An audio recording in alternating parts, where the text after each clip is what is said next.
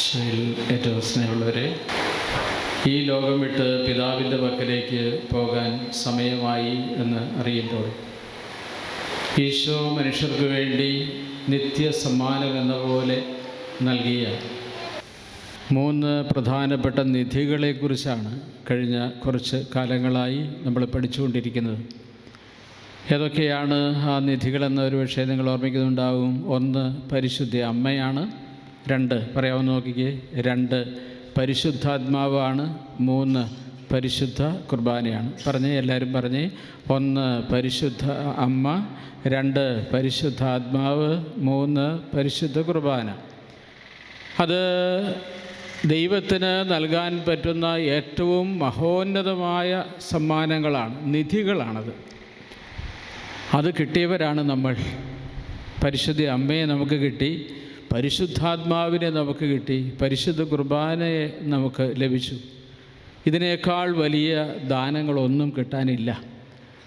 ഇത്രയും വലിയ കാര്യങ്ങൾ കിട്ടിയ നമുക്ക് കുഞ്ഞു കാര്യങ്ങളെ ഓർത്ത് പരാതിപ്പെടാനും അപരാധിപ്പെടാനും അവകാശമില്ല. അതാണ് പ്രധാനപ്പെട്ട കാര്യം. ഇത് തിരിച്ചറിയുക എന്നതാണ് മർമ്മപ്രധാനമായ കാര്യം. കഴിഞ്ഞ ആഴ്ചയിൽ അതിലെ 3ാമത്തെ സമ്മാനത്തെക്കുറിച്ചാണ് ഞാൻ പറഞ്ഞു വന്നത്. യോഹന്നാൻ്റെ സുവിശേഷം 6-ാം അധ്യായം 1 മുതലുള്ള വാക്യങ്ങൾ ബൈബിൾ പണ്ഡിതന്മാരുടെ ഭാഷ്യത്തിൽ ദിവ്യകാരുണ്യത്തിൻ്റെ പരിശുദ്ധ കുർബാനയുടെ അധ്യായമാണത്. പരിശുദ്ധ കുർബാനയുടെ അധ്യായം, ദിവ്യകാരുണ്യത്തിൻ്റെ അധ്യായം. അവിടെയാണ് പരിശുദ്ധ കുർബാനയെക്കുറിച്ചുള്ള ഈശോയുടെ ഏറ്റവും ആഴമായ പ്രബോധനങ്ങൾ നമുക്ക് ലഭിക്കുന്നത്. അതിൻ്റെ ചില വാക്യങ്ങളൊക്കെ കഴിഞ്ഞ ആഴ്ചയിൽ നമ്മൾ കാണാനായിട്ട് ഇടയായി. അതിനിടയിൽ ഞാൻ സൂചിപ്പിച്ചു വന്ന ഏറ്റവും പ്രധാനപ്പെട്ട കാര്യം, ഈശോയുടെ ദിവ്യകാരുണ്യ ശരീരമായ പരിശുദ്ധ കുർബാനയിൽ വിശ്വസിക്കാതെ ഈശോയുടെ മൗലിക ശരീരമായ സഭയിൽ ഒരാൾക്ക് തുടരാനാവില്ല എന്നാണ്. പറഞ്ഞു നോക്കിക്കേ, ഈശോയുടെ ദിവ്യകാരുണ്യ ശരീരമായ പരിശുദ്ധ കുർബാനയിൽ വിശ്വസിക്കാതെ ഈശോയുടെ മൗലിക ശരീരമായ സഭയിൽ ഒരാൾക്ക് തുടരാനാവില്ല. അത്രയും പ്രധാനപ്പെട്ടതാണ് പരിശുദ്ധ കുർബാനയിലുള്ള വിശ്വാസം. അതുകൊണ്ടാണ് ജീവിതത്തിലെ ഏറ്റവും നിർണായകമായ തീരുമാനം ഒരാൾ എടുക്കേണ്ടത് പരിശുദ്ധ കുർബാനയുടെ മുൻപിൽ വെച്ചാണ്. കഴിഞ്ഞ ആഴ്ചയിൽ അതായിരുന്നു ഞാൻ പറഞ്ഞ ഏറ്റവും പ്രധാനപ്പെട്ട കാര്യം. അനുദിന ജീവിതത്തിൽ എത്രയോ തീരുമാനങ്ങൾ എടുക്കുന്നവരാണ് നമ്മൾ. അതൊന്നും നമ്മുടെ നിത്യതയെ ബാധിക്കുന്ന തീരുമാനമല്ല. പക്ഷേ പരിശുദ്ധ കുർബാനയുടെ മുൻപിൽ വെച്ച് ഒരാൾ തൻ്റെ ജീവിതത്തിലെ ഏറ്റവും നിർണായകമായ തീരുമാനമെടുക്കണം. 2 സാധ്യതകൾ നമ്മുടെ മുൻപിലുണ്ട്. യോഹന്നാന്റെ സുവിശേഷത്തിൻ്റെ 6-ാം അധ്യായത്തിൽ കാണുന്നത് പോലെ ദിവ്യകാരുണ്യത്തെക്കുറിച്ച് ഈശോ പഠിപ്പിച്ചു കഴിഞ്ഞപ്പോൾ അവരിൽ അനേകം പേർ അവരെ വിട്ടുപോയി. അതൊരു സാധ്യതയാണ്. 12 ശിഷ്യന്മാരുടെ നേതാവായി ശമയോൻ പത്രോസ്, നിങ്ങളും പോകുവാൻ ആഗ്രഹിക്കുന്നുവോ എന്ന ക്രിസ്തുവിൻ്റെ ചോദ്യത്തിന് ഉത്തരമായി പറഞ്ഞു, കർത്താവേ, ഞങ്ങൾ ആരുടെ അടുത്തേക്ക് പോകും? നിത്യജീവൻ്റെ വചനങ്ങൾ നിൻ്റെ പക്കലുണ്ട്. അവർ 2 സാധ്യത, ഒന്നുകിൽ വിട്ടുപോകാനുള്ള തീരുമാനം, അല്ലെങ്കിൽ കൂടെ നിൽക്കാനുള്ള തീരുമാനം. കൂടെ നിൽക്കാനാണ് തീരുമാനിക്കുന്നതെങ്കിൽ ജീവിതത്തിൻ്റെ അവസാന നിമിഷം വരെ അവരുടെ കൂടെ നിൽക്കണം. ഏത് അനുഭവത്തിലൂടെ പോയാലും ഞാൻ അവൻ്റെ കൂടെ നിൽക്കും. അതല്ല, വിട്ടുപോകാനാണ് തീരുമാനിക്കുന്നതെങ്കിൽ എന്നേക്കുമായി വിട്ടുപോകാം. പക്ഷേ അത് നിൻ്റെ നിത്യതയെ ബാധിക്കുന്ന തീരുമാനമായി മാറും. നിൻ്റെ നിത്യതയെ നഷ്ടപ്പെടുത്തിക്കൊണ്ട് അങ്ങനെ ഒരു വിട്ടുപോകൽ ആവശ്യമുണ്ടോ എന്നതാണ് നിർണായകമായ ചോദ്യം. ഇനി അതിൻ്റെ കുറച്ചുകൂടി ആഴങ്ങളിലേക്ക് ഞാൻ വിഷയത്തെ കൊണ്ടുവരാൻ വേണ്ടി ആഗ്രഹിക്കുന്നു. യോഹന്നാന്റെ സുവിശേഷത്തിൻ്റെ 6-ാം അധ്യായത്തിൻ്റെ 67-68 വാക്യങ്ങളിലാണ് കൂടെ നിൽക്കാനുള്ള തീരുമാനം ശമയോൻ പത്രോസ് പറയുന്നത്. കർത്താവേ, ഞങ്ങൾ ആരുടെ അടുക്കലേക്ക് പോകും? നിത്യജീവൻ്റെ വചനങ്ങൾ നിൻ്റെ പക്കലുണ്ട്. നീയാണ് ദൈവത്തിൻ്റെ പരിശുദ്ധനെന്ന് ഞങ്ങൾ വിശ്വസിക്കുകയും അറിയുകയും ചെയ്തിരിക്കുന്നു. കഴിഞ്ഞ ആഴ്ചയിൽ ഞാൻ സൂചിപ്പിച്ചു എന്നാണ് എൻ്റെ ഓർമ്മ. അറിഞ്ഞ് വിശ്വസിക്കുന്നതല്ല, വിശ്വസിച്ച് അറിയുന്നതാണ് ആത്മീയ ജീവിതത്തിലെ പ്രധാനപ്പെട്ട കാര്യം. ഞങ്ങൾ വിശ്വസിക്കുകയും അറിയുകയും ചെയ്യുന്നു. അങ്ങനെ വിശ്വസിച്ച് അറിഞ്ഞ് അവൻ്റെ കൂടെ നിൽക്കാനുള്ള തീരുമാനമാണ് എടുക്കുന്നതെങ്കിൽ അത് ജീവിതത്തിൻ്റെ അവസാനം വരെ തുടരുന്ന തീരുമാനമായി മാറണം. വളരെ വ്യത്യസ്തമായ രണ്ട് പ്രതികരണങ്ങളാണ് ഇവിടെ ശ്രദ്ധിക്കുന്നത്. ഒരു നേരം അപ്പം കൊടുത്തപ്പോൾ അവനെ പിടിച്ച് രാജാവാക്കാൻ ശ്രമിച്ചവരോട് എന്നും ഞാൻ നിങ്ങൾക്ക് നിത്യജീവൻ്റെ അപ്പം തരാമെന്ന് പറഞ്ഞപ്പോൾ അവർ അവനെ വിട്ടുപോയി എന്ന് പറയുന്നത് എന്തൊരു വൈരുദ്ധ്യമാണ്.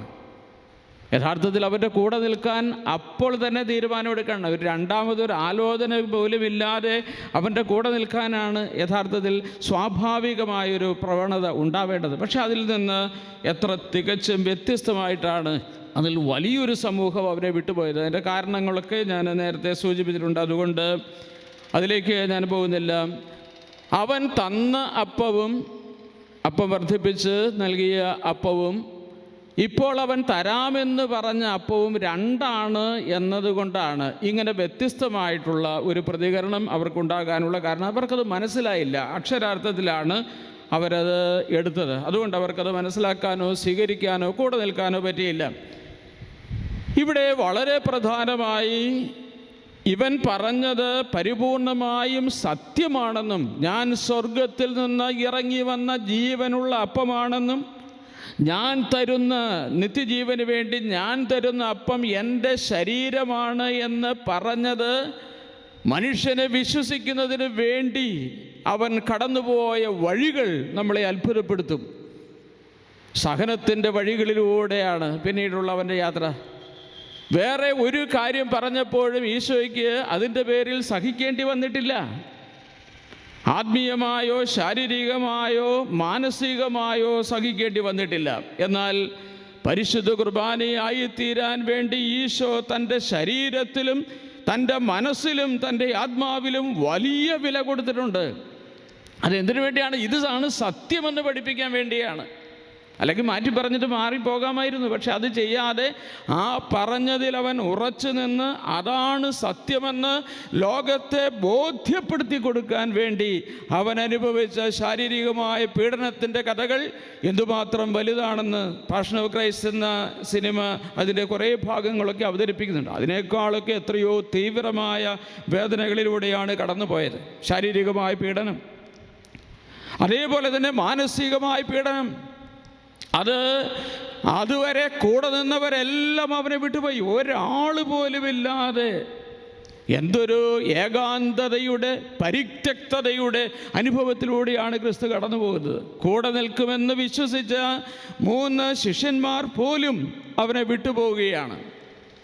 അത് മാനസികമായി അനുഭവിക്കുന്ന വലിയ കഠോരമായ വേദനയുടെ തലമാണ്. സർവരാലും ഉപേക്ഷിക്കപ്പെട്ടു എന്ന ചിന്ത, ഒരാൾ പോലും കൂടെയില്ല എന്ന ചിന്ത, അതൊക്കെ അനുഭവിച്ചിട്ടുള്ളവർക്കേ അത് മനസ്സിലാവുകയുള്ളൂ. അല്ലാത്തവർക്ക് അതൊന്നും അത്ര മനസ്സിലാവണമെന്നില്ല.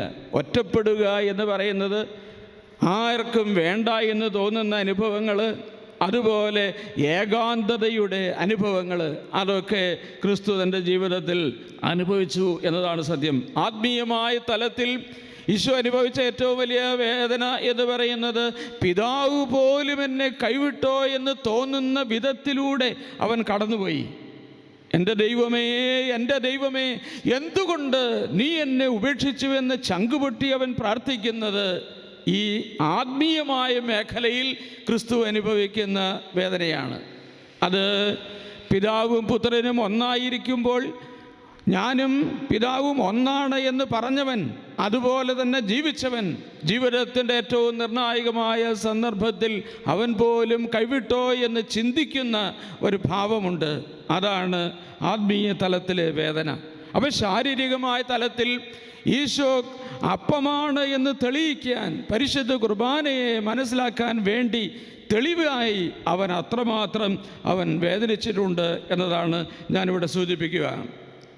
ഗോതമ്പ് മണി അപ്പമായി തീരുന്നത് പോലെയുള്ള തകർക്കപ്പെടലുകളും ചുട്ടുപൊള്ളുന്ന അനുഭവങ്ങളും ഈശോ ഏറ്റെടുത്താണ് ഈശോ പരിശുദ്ധ കുർബാനയായി മാറിയത്. രോഗികളെ സുഖപ്പെടുത്തുവാൻ ഈശോയ്ക്ക് വേദനിക്കേണ്ടി വന്നിട്ടില്ല. പിശാചുകളെ ബഹിഷ്കരിക്കാൻ ഈശോയ്ക്ക് വേദനിക്കേണ്ടി വന്നിട്ടില്ല. അത്ഭുതങ്ങൾ പ്രവർത്തിക്കാൻ ഈശോയ്ക്ക് വേദനിക്കേണ്ടി വന്നിട്ടില്ല. കടലിന് മീതെ നടക്കാൻ ഈശോയ്ക്ക് വേദനിക്കേണ്ടി വന്നിട്ടില്ല. മരിച്ചവരെ ഉയർപ്പിക്കാൻ ഈശോയ്ക്ക് വേദനിക്കേണ്ടി വന്നിട്ടില്ല. എന്നാൽ അപ്പമാകാൻ ഈശോ വേദനിച്ചിട്ടുണ്ട്. പൊടിക്കപ്പെടുന്ന അനുഭവങ്ങൾ, തകർക്കപ്പെടുന്ന അനുഭവങ്ങൾ, അതിലൂടെ കടന്നുപോയിട്ടാണ് അവൻ ഇപ്രകാരം അപ്പമായി മാറിയത്. എനിക്ക് ജീവനുണ്ടാകാനും ജീവൻ്റെ സമൃദ്ധി നൽകാനും വേണ്ടി അവൻ അപ്പമാകാൻ ഇപ്രകാരം സഹനാനുഭവത്തിലൂടെ കടന്നുപോയി. യേശയ്യാ പ്രവാചകൻ്റെ പുസ്തകത്തിൽ, പഴയ നിയമത്തിൽ യേശയ്യായുടെ പുസ്തകത്തിൻ്റെ 53-ാം അധ്യായം 3, 4, 5 വാക്യങ്ങൾ. ബൈബിളുള്ളവർ തുറക്കുക. യേശയ്യാ പ്രവാചകൻ്റെ പുസ്തകത്തിൻ്റെ 53-ാം അധ്യായം 3, 4, 5 വാക്യങ്ങൾ. സഹനദാസനെക്കുറിച്ചുള്ള വിവരണമാണ് അവിടെ കാണുക. വരുവാനിരിക്കുന്ന മിശിഹ സഹനദാസനാണ് എന്ന യെശയ്യായുടെ പ്രവചനത്തിൻ്റെ ഭാഗമാണ് യെശയ്യായുടെ പുസ്തകത്തിൻ്റെ 53-ാം അധ്യായം 3 മുതലുള്ള വാക്യങ്ങൾ. അവിടെ ഇങ്ങനെയാണ് കാണുന്നത്: അവൻ മനുഷ്യരാൽ നിന്ദിക്കപ്പെടുകയും, കൂട്ടിച്ചേർത്ത് വായിക്കാമെന്ന് നോക്കുകയും, അവൻ മനുഷ്യരാൽ നിന്ദിക്കപ്പെടുകയും ഉപേക്ഷിക്കപ്പെടുകയും ചെയ്തു. അവൻ വേദനയും ദുഃഖവും നിറഞ്ഞവനായിരുന്നു. അവനെ കണ്ടവർ മുഖം തിരിച്ചു കളഞ്ഞു. നോക്കി നിൽക്കാൻ പോലും പറ്റാത്ത വിധത്തിലായിരുന്നു അവൻ്റെ ഭാവങ്ങൾ, അവൻ്റെ വേദനയുടെ തീവ്രത. അതുകൊണ്ടാണ് അവനെ കണ്ടവർ മുഖം തിരിച്ചു കളഞ്ഞു. 54-ാമത്തെ വാക്യത്തിലേക്ക് വരുമ്പോൾ, അവൻ നിന്ദിക്കപ്പെട്ടു, നാം അവനെ ബഹുമാനിച്ചതുമില്ല. നമ്മുടെ വേദനകളാണ് യഥാർത്ഥത്തിൽ അവൻ ചുമന്നത്. എന്നാൽ ദൈവം അവനെ പ്രഹരിക്കുകയും ശിക്ഷിക്കുകയും ദണ്ഡിപ്പിക്കുകയും ചെയ്തു എന്ന് നാം കരുതി. വീണ്ടും അതിൻ്റെ അവസാന ഭാഗം വരുമ്പോൾ, നമ്മുടെ അതിക്രമങ്ങൾക്ക് വേണ്ടി അവൻ മുറിവേൽപ്പിക്കപ്പെട്ടു, നമ്മുടെ അകൃത്യങ്ങൾക്ക് വേണ്ടി ക്ഷതമേൽപ്പിക്കപ്പെട്ടു. അവൻ്റെ മേലുള്ള ശിക്ഷ നമുക്ക് രക്ഷ നൽകി. അവൻ്റെ ക്ഷതങ്ങളാൽ നാം സൗഖ്യപ്പെട്ടു. അവൻ്റെ ക്ഷതങ്ങളാൽ നാം സൗഖ്യപ്പെട്ടു. നമുക്ക് സൗഖ്യം തരാൻ, നമ്മളെ ആശ്വസിപ്പിക്കാൻ, നമ്മളെ രക്ഷിക്കാൻ, വലിയ പീഡനങ്ങളും നരകയാതനകളും ഉണ്ടാകാതിരിക്കാൻ, അതെല്ലാം തമ്പുരാൻ തൻ്റെ ശരീരത്തിലും മനസ്സിലും ആത്മാവിലും ഏറ്റെടുത്താണ് നമ്മളെ രക്ഷിച്ചത്. ഈശോ അപ്പമായി മാറിയത് എങ്ങനെയെന്നാണ്. മനുഷ്യാവതാരത്തിൽ നിന്ന് അപ്പാവതാരത്തിലേക്കുള്ള മാറ്റം ദൈവപുത്രനായ ഈശോയുടെ സഹന മരണ ഉത്ഥാന അനുഭവങ്ങളിലൂടെയാണ് സംഭവിച്ചത്. അപ്പാവതാരത്തെക്കുറിച്ച് പഠിക്കുന്നതിന് മുൻപ് വചനാവതാരത്തെക്കുറിച്ച്, മനുഷ്യാവതാരത്തെക്കുറിച്ച് നമ്മൾ പഠിച്ചു. ദൈവപുത്രൻ്റെ 3-ാമത്തെ അവതാരമാണ് അപ്പാവതാരമെന്ന് സൂചിപ്പിച്ചുവല്ലോ. മനുഷ്യാവതാരത്തിൽ നിന്ന് അപ്പാവതാരത്തിലേക്ക് ക്രിസ്തു രൂപാന്തരപ്പെടുന്നത് അവൻ്റെ സഹന മരണ ഉത്ഥാന അനുഭവത്തിലൂടെയാണ്. അതുകൊണ്ടാണ് ഈശോ മിശിഹായുടെ രക്ഷാകരമായ പീഡാസഹനത്തിൻ്റെയും കുരിശുമരണത്തിൻ്റെയും ഉത്ഥാനത്തിൻ്റെയും അനന്തമായ യോഗ്യതയാൽ രക്ഷിക്കപ്പെട്ടവരാണ് നമ്മൾ എന്ന് പറയുന്നത്.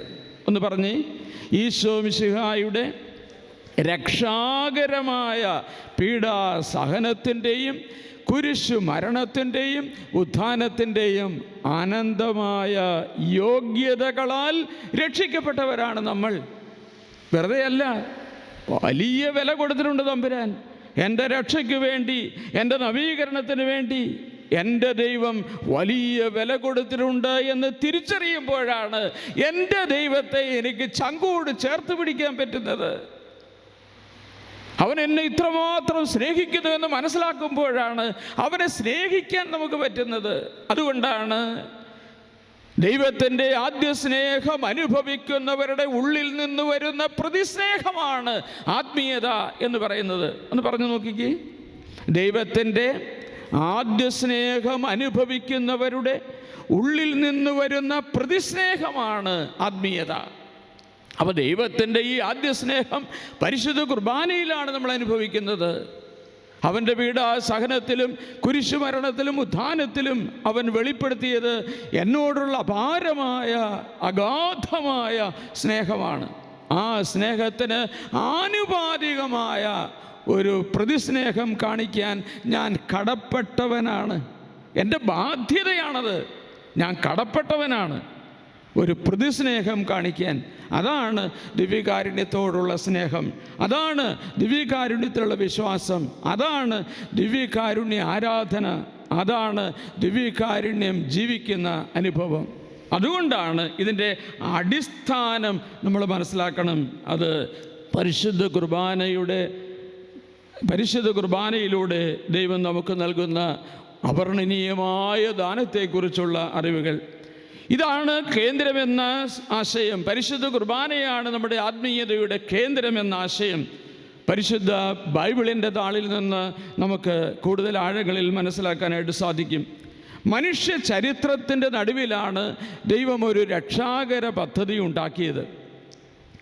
ആ രക്ഷാകര പദ്ധതിയുടെ മർമ്മം എന്നത് ഈശോ മിശിഹായുടെ പീഡാസഹനങ്ങളും കുരിശുമരണവും ഉത്ഥാനവും അതിൻ്റെ തുടർച്ചയായ കാൽവരി ബലിയുടെ തുടർച്ചയായ പരിശുദ്ധ കുർബാനയുമാണ്. ഇതാണ് പരിശുദ്ധ കുർബാനയെക്കുറിച്ച് പറയാനുള്ള ഏറ്റവും പ്രധാനപ്പെട്ട പാഠം.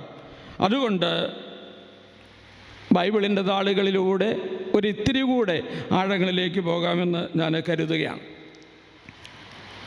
നമ്മുടെ രക്ഷാകരമായ പ്രവൃത്തികൾ എല്ലാം ബൈബിളിൻ്റെ താളുകളിൽ നിന്ന് മനസ്സിലാക്കാൻ ശ്രമിക്കുമ്പോൾ പഴയ നിയമം മുഴുവൻ പുതിയ നിയമത്തിനുള്ള ഒരുക്കം ആയിരുന്നു എന്ന് മനസ്സിലാവും.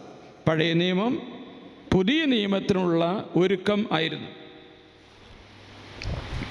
പുതിയ നിയമത്തിലെ ആദ്യത്തെ 30 വർഷം, പുതിയ നിയമത്തിലെ ആദ്യത്തെ 30 വർഷം എന്ന് പറയുന്നത് രഹസ്യ ജീവിതമാണ്, ഈശോയുടെ രഹസ്യ ജീവിതം. ആ 30 വർഷം 3 വർഷങ്ങൾക്ക് വേണ്ടിയുള്ള ഒരുക്കം ആയിരുന്നു. പറഞ്ഞേ, പഴയ നിയമം മുഴുവൻ പുതിയ നിയമത്തിനുള്ള ഒരുക്കമായിരുന്നു. പുതിയ നിയമത്തിലെ ആദ്യത്തെ 30 വർഷം 3 വർഷങ്ങൾക്ക് വേണ്ടിയുള്ള ഒരുക്കമായിരുന്നു. ആ 3 വർഷം എന്ന് പറയുന്നത് ഏതാണ്? ഈശോയുടെ പരസ്യ ജീവിതമാണ്. ഈ 3 വർഷങ്ങൾ 3 ദിവസങ്ങൾക്ക് വേണ്ടിയുള്ള ഒരുക്കം ആയിരുന്നു. 3 ദിവസങ്ങൾക്ക് വേണ്ടിയുള്ള ഒരുക്കം. ഏതാണ് ആ 3 ദിവസങ്ങൾ? ആ 3 ദിവസങ്ങളാണ് ക്രിസ്തുവിൻ്റെ പെസഹ ത്രിദിനങ്ങൾ. 3 ദിനങ്ങൾ, പെസഹ ത്രിദിനങ്ങൾ. ആ 3 ദിവസങ്ങളിലാണ് ഈശോയുടെ ജീവിതത്തിൻ്റെ ഏറ്റവും മർമ്മപ്രധാനമായ കാര്യം, മനുഷ്യാവതാരം അതിൻ്റെ ലക്ഷ്യത്തിലെത്തുന്നത് ആ 3 ദിവസത്തിലാണ്. അത് പൗരസ്ത്യ പാരമ്പര്യമനുസരിച്ച് സഹിയോൻ ശാലയിൽ അന്ത്യത്താഴവേളയിൽ ആരംഭിച്ച് ഉത്ഥാനത്തിൽ പൂർത്തിയാകുന്നതാണ് ആ 3 ദിവസങ്ങൾ. അതാണ് പെസഹ ത്രിദിനങ്ങൾ. ആ പെസഹ ത്രിദിനങ്ങളിലാണ് ക്രിസ്തുവിൻ്റെ സഹനവും പീഡാസഹനവും കുരിശുമരണവും ഉത്ഥാനവും എല്ലാം സംഭവിച്ചത്. ആ 3 ദിവസങ്ങൾ പെസഹ ത്രിദിനങ്ങൾ 1 മണിക്കൂറിന് വേണ്ടിയുള്ള ഒരുക്കം ആയിരുന്നു. അപ്പം പഴയ നിയമം മുഴുവൻ പുതിയ നിയമത്തിനുള്ള ഒരുക്കം. പുതിയ നിയമത്തിൻ്റെ ആദ്യത്തെ 30 വർഷം 3 വർഷത്തിന് വേണ്ടിയുള്ള ഒരുക്കം. 3 വർഷങ്ങൾ 3 ദിവസങ്ങൾക്ക് വേണ്ടിയുള്ള ഒരുക്കം. 3 ദിവസങ്ങൾ 1 മണിക്കൂറിന് വേണ്ടിയുള്ള ഒരുക്കം. ഏതാണ് ആ 1 മണിക്കൂർ? അതാണ് കാലത്തിൻ്റെ മണിക്കൂറും ക്രിസ്തുവിൻ്റെ മണിക്കൂറും സന്ധിച്ച 1 മണിക്കൂർ ചരിത്രത്തിലുണ്ടായിട്ടുണ്ട്. ആ മണിക്കൂറിലാണ് കാൽവരിയിൽ ബലി നടന്നത്. കാലത്തിൻ്റെ മണിക്കൂർ, ക്രിസ്തുവിൻ്റെ മണിക്കൂർ, ഇത് തമ്മിൽ സന്ധിക്കണം. എൻ്റെ സമയം ഇനിയും ആയിട്ടില്ല എന്ന് പറയുന്നത് കാലത്തിൻ്റെ മണിക്കൂറല്ല, ക്രിസ്തുവിൻ്റെ മണിക്കൂർ കാലത്തിൻ്റെ മണിക്കൂറിന് വന്ന് മുട്ടുന്നതാണ്. ഞാനതിൻ്റെ വിശദാംശങ്ങൾ പിന്നീട് പറയും. അതിൻ്റെ സൂചന മാത്രം ഇന്ന് തരികയാണ്. കാലത്തിൻ്റെ മണിക്കൂർ എന്ന് പറയുന്നത് യഹൂദൻ്റെ കലണ്ടർ അനുസരിച്ച് 1-ാം മാസമായ നിസാൻ മാസം 14-ാം തീയതി ഉച്ച കഴിഞ്ഞ് 3 മണിക്ക് ആരംഭിക്കുന്ന മണിക്കൂറാണ് കാലത്തിൻ്റെ മണിക്കൂർ. എന്നാണ് ഒന്നാമത്തെ മാസമായ നിസാൻ മാസം 14-ാം തീയതി ഉച്ച കഴിഞ്ഞ് 3 മണിക്ക് ആരംഭിക്കുന്ന മണിക്കൂറാണ് കാലത്തിൻ്റെ മണിക്കൂർ. എന്താ കാലത്തിൻ്റെ മണിക്കൂറിന് ഇത്ര പ്രത്യേകത? കാലത്തിൻ്റെ മണിക്കൂർ എന്ന് പറയുന്നത് ജെറുസലം ദേവാലയത്തിൽ പെസഹ കുഞ്ഞാടിനെ ബലി കഴിക്കാൻ തുടങ്ങുന്ന മണിക്കൂറാണത്. പെസഹ കുഞ്ഞാടിനെ കൊല്ലുന്നത് ആ സമയത്താണ്. ആദ്യത്തെ കുഞ്ഞാടിൻ്റെ കഴുത്തിൽ കത്തിവെക്കുന്ന മണിക്കൂറാണ്. അതാണ് കാലത്തിൻ്റെ മണിക്കൂർ. അതേ ആ മണിക്കൂർ നിസാൻ മാസം 14-ാം തീയതി ഉച്ച കഴിഞ്ഞ് 3 മണി എന്ന് പറയുന്ന ഒരു സമയം ഈശോയുടെ ജീവിതത്തിൽ 32 തവണ കടന്നുപോയി. അന്നൊന്നും കാൽവരിയിൽ ബലി നടന്നില്ല. കാരണം അത് കാലത്തിൻ്റെ മണിക്കൂറേ ആയുള്ളൂ, ക്രിസ്തുവിൻ്റെ മണിക്കൂറായില്ല. ആ ഒരു മണിക്കൂറിലാണ് കാൽവരിയിൽ ബലി നടന്നത്. പെസഹ കുഞ്ഞാടിനെ കൊല്ലുന്ന അതേ സമയത്താണ് കാൽവരിയിൽ ക്രിസ്തു ബലിയായി തീർന്നത്. വിശദാംശങ്ങൾ ഞാൻ പിന്നീട് സൂചിപ്പിച്ചുകൊള്ളാം. ആ ഒരു മണിക്കൂറിനെ കുറിച്ച് മാർപ്പാപ്പമാർ നമ്മളോട് പറയുന്നത്, പ്രത്യേകിച്ച് ജോൺ പോൾ രണ്ടാമൻ മാർപ്പാപ്പയൊക്കെ പറയുന്നത്, അത് കാലത്തിൻ്റെ മണിക്കൂറും ക്രിസ്തുവിൻ്റെ മണിക്കൂറും സന്ധിച്ച മണിക്കൂറിലാണ് കാൽവരിയിൽ ബലി നടന്നത്. ആ മണിക്കൂറാണ് മനുഷ്യവംശത്തിൻ്റെ വീണ്ടെടുപ്പിൻ്റെ മണിക്കൂർ. മനുഷ്യവംശത്തിൻ്റെ വീണ്ടെടുപ്പിൻ്റെ മണിക്കൂറാണ്. അതുകൊണ്ടാണ് ഈശോ മിശിഹായുടെ രക്ഷാകരമായ പീഡാസഹനത്തിൻ്റെയും, ബാക്കി പറയാമെന്ന് നോക്കിക്കേ, ഈശോ മിശിഹായുടെ രക്ഷാകരമായ പീഡാസഹനത്തിൻ്റെയും കുരിശ് മരണത്തിൻ്റെയും ഉത്ഥാനത്തിൻ്റെയും അനന്തമായ യോഗ്യതയാൽ രക്ഷിക്കപ്പെട്ടവരാണ് നമ്മൾ. ഇതാണ് നമ്മുടെ രക്ഷയുടെ അടിസ്ഥാനം. ഇത് വീണ്ടെടുപ്പിൻ്റെ മണിക്കൂറാണ്. ഇത് ചരിത്രത്തിൻ്റെ മർമ്മമാണ്. രക്ഷാകര ചരിത്രത്തിൻ്റെ മർമ്മമാണത്. പരിശുദ്ധ ബൈബിളിൻ്റെ മർമ്മമാണത്. എൻ്റെ ആത്മരക്ഷയുടെ മർമ്മമാണത്. വീണ്ടെടുപ്പിൻ്റെ മണിക്കൂർ. ആ വീണ്ടെടുപ്പിൻ്റെ മണിക്കൂറാണ് പരിശുദ്ധ കുർബാനയായി ബലിപീഠത്തിൽ തുടർന്നുകൊണ്ടേയിരിക്കുന്നത്. ഈശോയുടെ കാൽവരി ബലിയുടെ തുടർച്ചയും പുനരവതരണവുമാണ് പരിശുദ്ധ കുർബാനയെന്ന് കത്തോലിക്കാ സഭയുടെ മതബോധന ഗ്രന്ഥം വളരെ വ്യക്തമായി പറയുന്നു. പിന്നീട് അതിൻ്റെ വിശദാംശങ്ങളിലേക്കൊക്കെ നമ്മൾ പോകും. ഇനി ആ ക്രിസ്തുവിൻ്റെ കാൽവരിയിലെ ബലിയുടെ ആ ഒരു സമയത്തെക്കുറിച്ച്, അല്ലെങ്കിൽ പരിശുദ്ധ കുർബാനയെക്കുറിച്ച്, അതിൻ്റെ സ്ഥാപനത്തിൽ ആരംഭിച്ച് ശകീനൂട്ടിശാലയിൽ ആരംഭിച്ച് കാൽവരിയിൽ പൂർത്തിയായ ആ ഒരു സംഭവം, ക്രിസ്തു ബലിയായി തീർന്നതും അതിൻ്റെ തുടർച്ചയായ പരിശുദ്ധ കുർബാനയും ചരിത്രത്തിൽ എവിടെയാണ് നമ്മൾ കാണുക എന്ന ഒരു ചോദ്യത്തിന് കൂടെ ഉത്തരം പറഞ്ഞിട്ട് അടുത്തിലേക്ക് നമുക്ക് പ്രവേശിക്കാമെന്ന് കരുതുകയാണ്. അതെന്താണെന്ന് ചോദിച്ചാൽ, മനുഷ്യാവതാരത്തിന് മുൻപ് ഒരു കാലമുണ്ട്, മനുഷ്യാവതാരം എന്ന് പറയുന്ന സംഭവം നടക്കുന്ന ഒരു സമയമുണ്ട്, മനുഷ്യാവതാരത്തിന് ശേഷമുള്ള കാലം എന്നൊരു കാലമുണ്ട്. മനുഷ്യാവതാരത്തിന് മുൻപ് BC മനുഷ്യാവതാരം, അത് മനുഷ്യൻ്റെ ചരിത്രത്തിൽ വളരെ നിർണായകമായൊരു പോയിൻ്റാണ്, ഒരു ബിന്ദുവാണ്. അത് കഴിഞ്ഞാൽ മറ്റൊന്ന് വരുന്നു, AD, ക്രിസ്തുവിൻ്റെ ശേഷമുള്ള കാലം. ക്രിസ്തുവിൻ്റെ ജനനത്തോടുകൂടെ തുടങ്ങിയ ഒരു വർഷത്തിൻ്റെ അതിനുശേഷമുള്ള കാലം.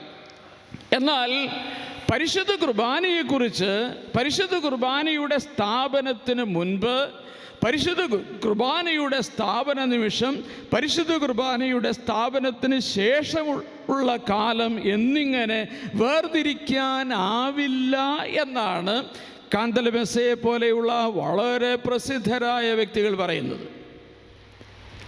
അങ്ങനെയൊരു മണിക്കൂർ മനുഷ്യാവതാരത്തിന് മുൻപും പിൻപുമുണ്ട്. എന്നാൽ ദിവ്യകാരുണ്യത്തിന് മുൻപും പിൻപും എന്നൊരു വാക്ക് ദിവ്യകാരുണ്യത്തെക്കുറിച്ച് പറയാനാവില്ല എന്ന് പറഞ്ഞു. എന്നിട്ട് അവർ സൂചിപ്പിക്കുന്നത്, പിതാക്കന്മാർ സൂചിപ്പിക്കുന്നത്, ഏക കേന്ദ്രീകൃതമായ 3 വൃത്തങ്ങളുടെ നടുവിലെ വൃത്തമാണ് ദിവ്യകാരുണ്യം.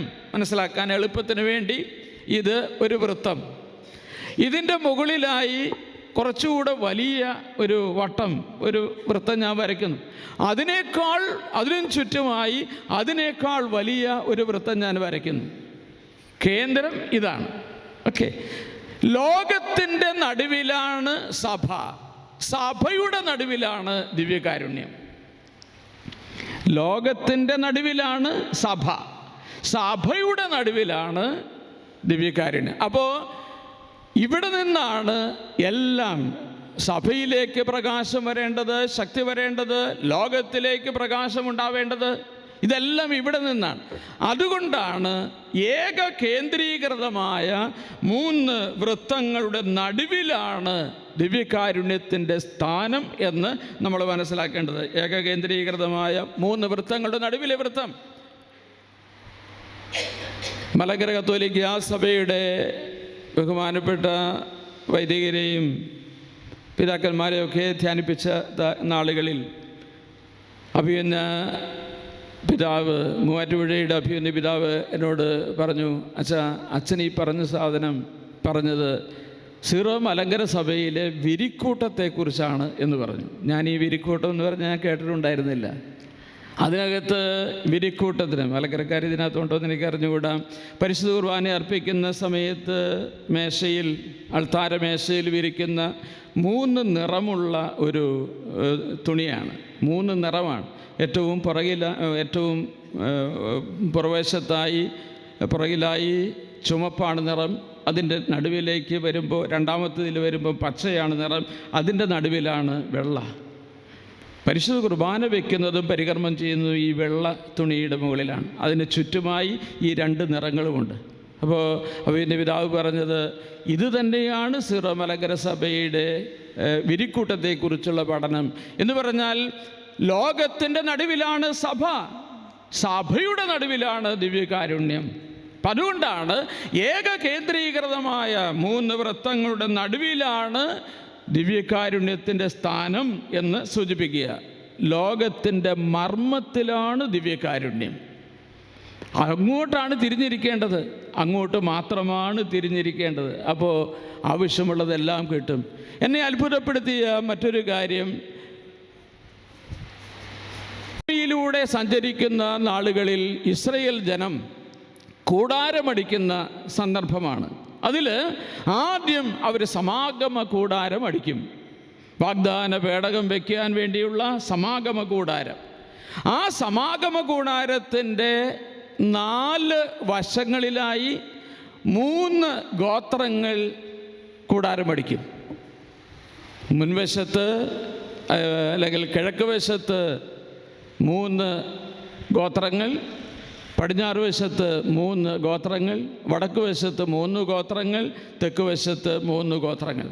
ഇതിൻ്റെ നടുവിലാണ് സമാഗമ കൂടാരം എന്ന് പറഞ്ഞാൽ, നേരം വെളുത്ത് എഴുന്നേറ്റ് നേരെ നോക്കിയാൽ അവർക്ക് സമാഗമ കൂടാരം കാണാം. 12 ഗോത്രങ്ങളായി 20 ലക്ഷത്തിലധികം വരുന്ന ആളുകൾ മരുഭൂമിയിൽ കൂടാരമടിക്കുമ്പോൾ എല്ലാവർക്കും കാണത്തക്ക വിധത്തിൽ അതിൻ്റെ നടുവിലാണ് വാഗ്ദാന പേടകം സ്ഥിതി ചെയ്യുന്ന സമാഗമ കൂടാരത്തിൻ്റെ സ്ഥാനം. ഇപ്പോൾ ഒരു ദേവാലയത്തെക്കുറിച്ച് തന്നെ തിരിച്ചു നോക്കുക. അതിൻ്റെ ചുറ്റുമായിട്ടാണ് വിശ്വാസികൾ താമസിക്കുന്നത്. അതെന്തിനു വേണ്ടിയാണ്? പള്ളിയെ കേന്ദ്രമാക്കിക്കൊണ്ട്, അൾത്താരയെ കേന്ദ്രമാക്കിക്കൊണ്ട് നമ്മൾ ജീവിക്കണം. അതുകൊണ്ടാണ് ബലിപീഠത്തിന് ചുവട്ടിലേക്ക് പറിച്ചു നടപ്പെട്ടതാണ് ക്രൈസ്തവ ജീവിതം. ബലിപീഠത്തിൻ്റെ അരികിൽ പറിച്ചു നട്ട ജീവിതമാണ് നമ്മുടേത്. ബലിപീഠത്തിലാണ് പടർന്നു കയറേണ്ടത്, ബലിപീഠത്തിലാണ് പൂത്തുലയേണ്ടത്. ഇതൊക്കെ ആർക്കാണ് മനസ്സിലാവുന്നത്? ബലിപീഠത്തിൽ പടർന്നു കയറണം ജീവിതം, ബലിപീഠത്തിൽ പൂത്തുലയണം. ബലിപീഠത്തിൽ പൂത്തുലയുക എന്ന് പറഞ്ഞാൽ രക്തസാക്ഷിത്വം വരെ അവന് വേണ്ടി ജീവിക്കുന്നവരായി മാറുമ്പോഴാണ്. ബലിപീഠത്തിലാണ് പൂത്തുലയേണ്ടത്. ജീവിതത്തിൻ്റെ പ്രതിസന്ധികളിൽ ഓടിയെത്തേണ്ടത് ബലിപീഠത്തിൻ്റെ അരികിലേക്കാണ്, വേറെ ഒരിടത്തേക്കല്ല. ഇത് മനസ്സിലായാൽ പ്രശ്നങ്ങൾക്ക് ഒത്തിരി പരിഹാരമുണ്ടാവും. സങ്കടങ്ങളിൽ ഓടി വരാൻ, ആശ്രയിക്കാൻ നമുക്ക് ഈ ബലിപീഠമാണുള്ളത്, ദൈവത്തിൻ്റെ സാന്നിധ്യമാണുള്ളത്, പരിശുദ്ധ കുർബാനയാണുള്ളത്. അത് കഴിഞ്ഞിട്ടാണ് ജീവിതത്തിൽ മറ്റെല്ലാം അതിൻ്റെ താഴെയാണെല്ലാം. താഴെ നിൽക്കുന്നതിൻ്റെ പുറകെ അല്ല ഓടേണ്ടത്, ഏറ്റവും ശ്രേഷ്ഠമായതിനാണ്. അതുകൊണ്ടാണ് കുരിശിൽ ഉയർത്തപ്പെട്ട് കഴിയുമ്പോൾ സകല മനുഷ്യരെയും ഞാൻ എന്നിലേക്ക് ആകർഷിക്കും എന്ന് വചനം നമ്മളെ പറഞ്ഞു തരുന്നത്. നമ്മളെ ആകർഷിക്കുന്നത് ബലിപീഠമാണ്, കുരിശാണ്. അവനാണ് നമ്മളെ ശക്തിപ്പെടുത്തുന്നത്. അവിടെയാണ് യഥാർത്ഥത്തിൽ ജീവാത്മ പരമാത്മ ലയനാനുഭവം പോലും ഉണ്ടാകുന്നത്. പരിശുദ്ധ കുർബാനയുടെ ആഴമായ അനുഭവം ഉണ്ടാകുമ്പോഴാണ് മിസ്റ്റിക് തലത്തിലേക്ക് ഒരാൾക്ക് വളരാൻ പറ്റുന്നത്. അതാണ് ജീവാത്മ പരമാത്മ ലയനം. മനുഷ്യൻ കണ്ടെത്തുന്ന, സാധാരണ മനുഷ്യൻ എത്തിപ്പിടിക്കുന്നതിനൊക്കെ അപ്പുറത്തുള്ളൊരു മേഖലയുണ്ട്. ആ മേഖല ദിവ്യകാരുണ്യത്തോട് ബന്ധപ്പെട്ട് മാത്രമേ അവിടേക്ക് എത്താനാവൂ. അതുകൊണ്ടാണ് ജീവാത്മ പരമാത്മ ലയനവേദിയാണ് ലയനം നടക്കുന്ന വേദി പരിശുദ്ധ കുർബാനയാണ് എന്ന് പറയുക.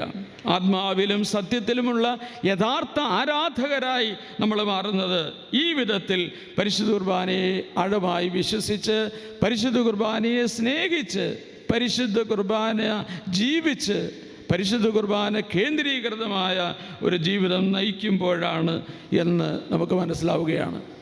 ദൈവത്തിൻ്റെ തിരുമുൻപിൽ നമ്മുടെ ജീവിതത്തെ നമുക്ക് സമർപ്പിക്കാം. ദിവ്യകാരുണ്യത്തെ ആഴമായി മനസ്സിലാക്കാനുള്ള കൃപ തരണമേ എന്ന് പ്രാർത്ഥിക്കാം. ആന്തരികമായ നയനങ്ങൾക്ക് വെളിച്ചം തരണമേ എന്ന് പ്രാർത്ഥിക്കാം. വചനത്താൽ ഞങ്ങളുടെ ഹൃദയങ്ങളെ ജ്വലിപ്പിക്കണമേ എന്ന് നമുക്ക് ആഴമായി പ്രാർത്ഥിക്കാം. ഹൃദയം തുറന്ന്, മനസ്സ് തുറന്ന് ഈശോയെ സ്നേഹിക്കാൻ, ദിവ്യകാരുണ്യ ഈശോയെ സ്നേഹിക്കാൻ കൃപ തരണമേ എന്ന് നമുക്ക് ആരാധനയുടെ സമയത്ത് തീഷ്ണതയോടെ പ്രാർത്ഥിക്കാം. ദിവ്യകാരുണ്യ കേന്ദ്രീകൃതമായി ജീവിക്കാൻ, ദിവ്യകാരുണ്യത്തെ വിട്ടുപോകാതെ ദിവ്യകാരുണ്യത്തോടെ എന്നും ചേർന്ന് നിൽക്കാൻ, ജീവിതത്തിലെ ഏറ്റവും നിർണായകമായ തീരുമാനം നിൻ്റെ കൂടെ നിൽക്കാനുള്ള തീരുമാനം, അത് ഒരിക്കലും ഇളകാതെ കാത്തു സൂക്ഷിക്കാൻ ദൈവമേ കൃപ തരണമേ. എനിക്ക് വേണ്ടതെല്ലാം ദിവ്യകാരുണ്യം തരുമെന്ന് ഞാൻ പൂർണ്ണമായി വിശ്വസിക്കുന്നു, പൂർണ്ണമായി ശരണപ്പെടുന്നു. സർവശക്തനായ ദൈവത്തിന് തരാനാവാത്തതൊന്നുമില്ല. എൻ്റെ കണ്ണുനീര് മാറ്റാൻ എൻ്റെ ദൈവത്തിന് സാധിക്കും. എൻ്റെ പ്രശ്നങ്ങൾക്ക് പരിഹാരം ഉണ്ടാക്കി തരാൻ എൻ്റെ ദൈവത്തിന് സാധിക്കും. അടഞ്ഞുപോയ വഴികളെ തുറക്കാൻ എൻ്റെ ദൈവത്തിന് സാധിക്കും. നഷ്ടപ്പെട്ടു പോയ മനസ്സമാധാനത്തെ തിരിച്ചു തരാൻ എൻ്റെ ദൈവത്തിന് സാധിക്കും. എൻ്റെ കണ്ണുനീരൊപ്പാൻ എൻ്റെ ദൈവത്തിന് സാധിക്കും. ആ ദൈവം ഇതാ നമ്മുടെ മധ്യത്തിലേക്ക് എഴുന്നള്ളി വരുന്നു. ആരാധനയുടെ നിമിഷങ്ങളിൽ കൂടുതൽ തീഷ്ണതയോടെ പ്രാർത്ഥിച്ച്, ദൈവകൃപ കൊണ്ട് നിറഞ്ഞ് ആത്മശക്തി പ്രാപിച്ച് ഈ ആരാധനാ കേന്ദ്രത്തിൽ നിന്ന് മടങ്ങി ജീവിതത്തിൻ്റെ വ്യത്യസ്തമായ മേഖലകളിലേക്ക് പോകാൻ കൃപ തരണമേ എന്ന് ആത്മാർത്ഥമായി പ്രാർത്ഥിച്ചുകൊണ്ട് പിതാവിൻ്റെയും പുത്രൻ്റെയും പരിശുദ്ധാത്മാവിൻ്റെയും നാമത്തിൽ